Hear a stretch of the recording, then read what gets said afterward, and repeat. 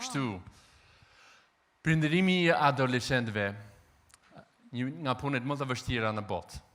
Edhe kam menduar për këtë është si një punë jashtëmase e vështirë, një punë e çmendur, edhe unë e krahasoj që sikur je duke ecur në biçiklet, edhe je duke shongluar në të njëjtën kohë, edhe është një ditë që fryn shumë herë, nuk e di, si kjo.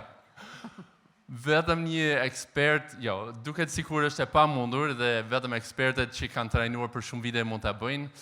Aktualisht, faleminderit që Zoti që ai është me ne në këtë punë, nuk është vetëm për disa eksperte, por Zoti na jep hir dhe aftësi mjaftueshëm që të kemi sukses. Por është një sfidë.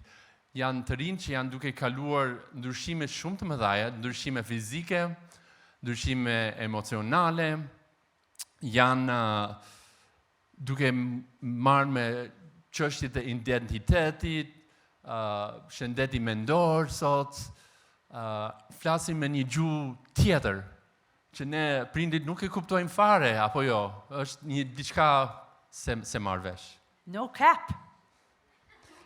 Është pothuajse e pamundur të rritësh një adoleshent, apo jo. Në fakt, na duhet shumë godësim. Unë nuk e di për juve, por unë jam djerë si deshtakë shumë herë me ata 3 adoleshentet që kemi rritur. Shumë herë kam humbur shpresën, shumë herë kam thënë, o sot, çfarë ke bërë? Pse nuk me dikmon?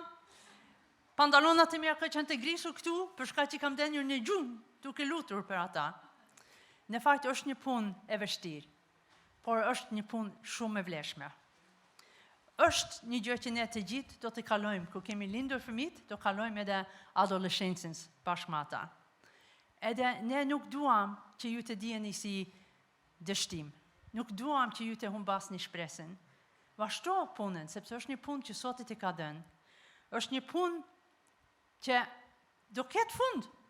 Ju që keni adoleshent, do të betojmë që do vinë një ditë, që do rriten, edhe aman do vinë e do thonë, sa të mirë që jeni. Nuk të besohet është për momentin, sepse kur të shikojnë tani, të shikojnë si ga ke ardhur ti, je ga e lashtë. Ja, por shiko, Zoti ka gjërat që ti ke nevojë. Nuk ka përsosmëri, nuk ka asnjë prindër të përsosur, nuk ka asnjë fëmijë të përsosur, po bashkë do dalim. Kështu vazhdojmë në këtë seri, edhe lavdi Zotit jemi duke ndërtuar mbi ata që është thënë javët të kaluar. Nëse ishit këtu javën e kaluar për prindërimi I fëmijëve të vegjël, dëgjoj edhe një herë, shikoje në YouTube, ose nëse nuk ishit, shikoni në YouTube, te KICF Tirana, sepse ishte një mesazh shumë I vlefshëm, edhe ne jemi duke ndërtuar mbi ato parime që kanë darë me ne. Edhe një gjë që dua të theksoj është skuadër martesore. Ata folën pak për skuadër martesore që duhet të jemi bashkë në këtë punë. Është kaq e rëndësishme edhe çdo gjë që ne ndajmë edhe do të themi disa herë sot, është shumë e rëndësishme që të jemi bashkë si mami dhe babi. Edhe në këtë kohë kur adoleshentët ndonjëherë nuk duan të bëjnë fare me ne ose duan të bëjnë që ne të jemi kundër njëri tjetrit, ata dinë si të manuvrojnë, por ne si skuadër do t'im poshtim ata. Ja. Ne do jemi bashkë. Edhe ti ke një rëndësi shumë e veçantë, apo jo?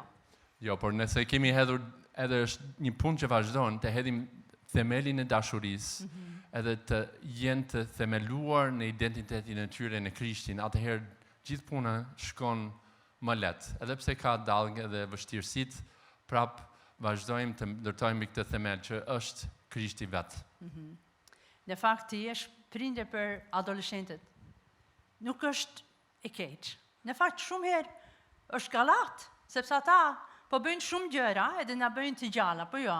Ata na sfidojnë në shumë mënyra, sepse kanë një godësim pa parë. Se paktin në adoleshentët tanë kanë qenë një godësim që unë thasha nga kanë ardhur ata. Në fakt, ata na bëjnë të gjallë, edhe duhet e shikojmë ata si një, do shta nuk e shikojmë si një shok, sepse na duket si armik për momentin, por në qoftë se ti mund të mendosh që ky është një person që unë me vërtet dua të njoh. të futesh, kur mendon për një person që s'ke takuar përpara dhe ke dëshirë të njohësh, çfarë do bësh? Do kalosh kohë, do jesh interesuar, do pyes pyetje, do jesh atje. Kjo është puna me adoleshentit. Ata kanë nevojë për ne dhe nuk është vonë. Edhe nëse i thua, por duhet të kishim bërë këtë, më përpara, s'ka problem. Vazhdo me hirin e Zotit, do dalim mirë, besoj. Edhe ne kemi provuar vetë. Por ne kemi vendosur të flasim për qëndromin me një pasazh në Bibël. Ka shumë vargje, ka shumë pasazhe, ka shumë teknike ose metodat. Nuk do të japim një seminar me shumë informacion, do të japim një ide, një pasazh, edhe do flasim për këto gjëra që të mund të kujtoni edhe të flisni bashk, të mendoni, edhe të lutuni edhe të zhvilloni diçka në të ardhmen.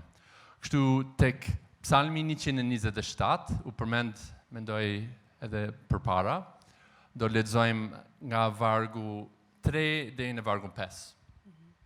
Thot, ja, bit janë një trashëgimi që vjen nga Zoti.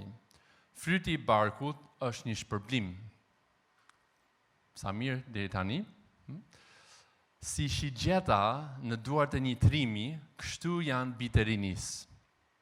Lum ai njeri që ka kukurën e tij plot.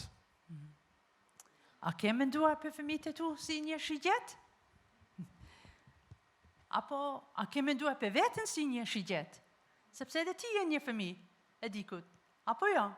Të gjithë jemi shigjeta. Edhe jemi krijuar me një qëllim, apo jo?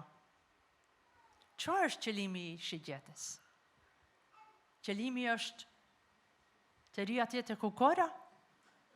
Të ketë grotësin? Të dihesh i sigurt? Jo, është krijuar për të fluturuar, apo jo? Për të arri shinjreshte, unë nuk të them ato fjalë. Si quhet? Shinjestër të godit diçka të tillë. Po, në mes. të arri potencialin për çfarë është krijuar. Po,